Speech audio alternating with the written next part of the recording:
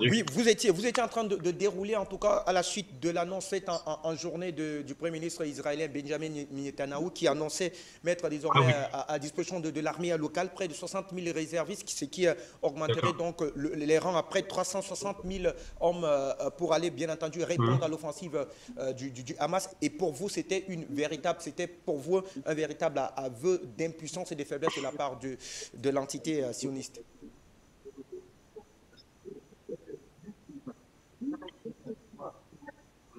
Tout à fait.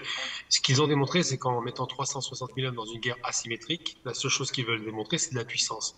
Sauf que la puissance, elle a été largement entamée, ils n'ont pas su, 50 ans après la guerre de 73, ils n'ont pas su qu'il y aurait une action qu'en Russie dernière change la donne. Ils n'ont pas su que les Palestiniens avaient une colère qui dure depuis des années. Je rappelle que c'est 30 ans après les accords d'Oslo, 50 ans après la guerre de 73, et les Palestiniens avaient décidé de reprendre leur destin en main. Et c'est vrai que cette façon de présenter 360 000 soldats pour aller prendre quoi? Gaza, 2 millions de personnes, détruire toute une bande côtière de 12 kilomètres par 45, il faut autant d'hommes pour ça? Non, c'est pas très sérieux. En vérité, Israël s'est complètement fourvoyé, s'est complètement planté. Leur service de renseignement, le Mossad et Shin Bet, n'étaient pas à la hauteur. Leur système de sécurité, ce fameux mur ridicule qu'ils avaient érigé, a été percé de partout, mais surtout, et c'est le plus important, le dôme de fer, qui prétendument devait arrêter 95% des missiles, a été complètement noyé par 4 à 5 000 roquettes qui ont été tirées et qui ont largement démontré l'inefficacité de ce système prétendument imparable. Donc, aujourd'hui, lorsqu'il va aligner 360 000 réservistes, c'est une façon de se venger. On n'est plus dans une guerre une volonté de montrer qui est le plus fort, puisqu'ils ont montré leur faiblesse. On est dans une volonté de punir. L'objectif de Netanyahou est très simple, c'est de tuer 10 fois plus de Palestiniens que les Israéliens ont été tués. Ils ont perdu à peu près entre 1000 et 2000 personnes. Ils vont certainement tuer entre 10 et 20 000 même, Palestiniens. La problématique qui se pose, c'est que l'effet de contamination avec le Hezbollah dans le sud, dans le nord, avec effectivement d'autres groupes armés qui pourraient être actifs, avec la bande, l'autre bande, entre guillemets, côtière, d'un côté la bande de Gaza, de l'autre côté, tout ce qui concerne la Cisjordanie, il peut y avoir un effet de contagion. Plus durera la guerre, plus les risques seront grands. Et on s'est rendu compte, par exemple, qu'en Égypte, 2 Israéliens ont été tués par un policier égyptien, parce que la colère gronde. Au Maroc, par exemple, la population a manifesté à Rabat, manifesté dans le nord aussi, pour dire leur soutien à la Palestine. Donc il y a une multiplication de manifestations. Au Yémen, des centaines de milliers de personnes ont manifesté alors que le pays est en guerre en faveur de la Palestine. En Irak, c'est pareil. En Iran, c'est pareil. C'est-à-dire que la plupart des pays arabo-musulmans manifestent en soutien à la Palestine. Et plus durera la guerre, plus l'humiliation face à Israël qui utilise un marteau pour toucher une mouche ne fonctionnera pas. J'ai envie de dire simplement, c'est que d'un côté, on a un David, de l'autre côté, le Goliath.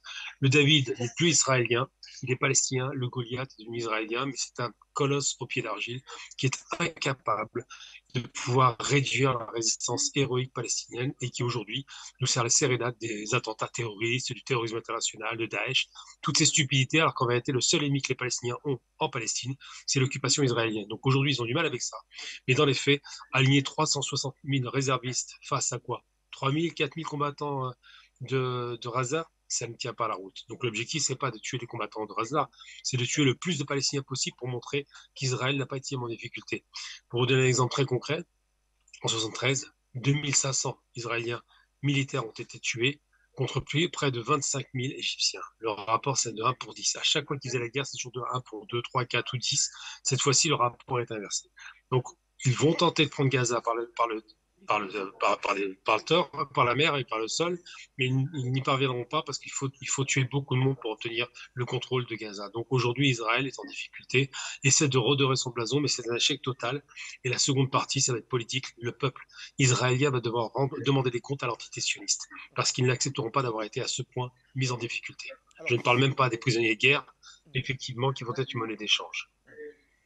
des otages, parlons plutôt des otages de guerre. Gamal, je reste pour insister en 10 secondes avec vous. Effectivement, vous avez évoqué ces manifestations qui sont multipliées, mais les plus impressionnantes, les plus particulières, celles qui ont eu lieu hier en soirée du côté des États-Unis. On a eu des manifestations devant donc le consulat israélien à New York, monsieur, avec pour leitmotiv de protester contre ce qui se déroule, bien entendu, bien au-delà de leurs frontières, mais donc les implications, les imbrications auraient peut-être, bien entendu, les origines américaines. Une telle protestation locale, parlant des USA, peut-elle avoir, bien entendu, un apport concret dans la dynamique, je dis, de résolution finalement pacifique de ce conflit?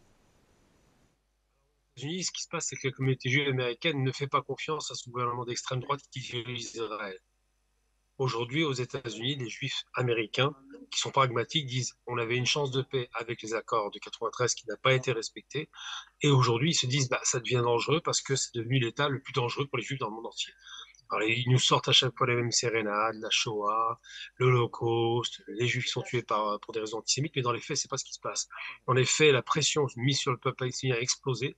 Tout le monde s'y attendait, c'était pas une surprise. On savait pas quand ça devait arriver. Et les juifs américains, qui sont américains avant tout, considèrent que le gouvernement d'extrême droite qui est aux commandes, qui veut confisquer tous les pouvoirs avec ses réformes judiciaires, a emmené cet État vers le mur. Aujourd'hui, il y a une véritable exode de la population israélienne qui en a ras-le-bol de vivre dans des conditions comme ça, de tensions permanentes, de crises, première intifada, deuxième intifada, des guerres en cascade, toutes plus catastrophiques les unes que les autres. Je donne une liste rapide. Sud-Liban 2000, un échec. 2006, un nouvel échec, 2006. 2008, contre Gaza, un échec. 2014, un nouvel échec. Cette fois-ci, à nouveau, un échec. Donc Israël aligne les défaites militaires, est incapable d'éradiquer la résistance palestinienne, et les juifs américains qui ont du recul se rendent compte qu'avec un gouvernement d'extrême droite raciste qui a utilisé des termes extrêmement violents vis-à-vis des Palestiniens en les traitant d'animaux, et ben ce gouvernement a amené sa propre population vers le mur. Et c'est ça la question qui doit être posée aujourd'hui, c'est est-ce qu'Israël continuera à être soutenu de façon aveugle par les États-Unis sans calcul de la part des dirigeants américains? Je n'y crois pas, et je pense que effectivement l'impérialisme américain va tout faire pour ramener à la table de négociation Israël, parce qu'aujourd'hui c'est plus tenable et que le monde change très très vite. Afrique Média, le monde, c'est nous.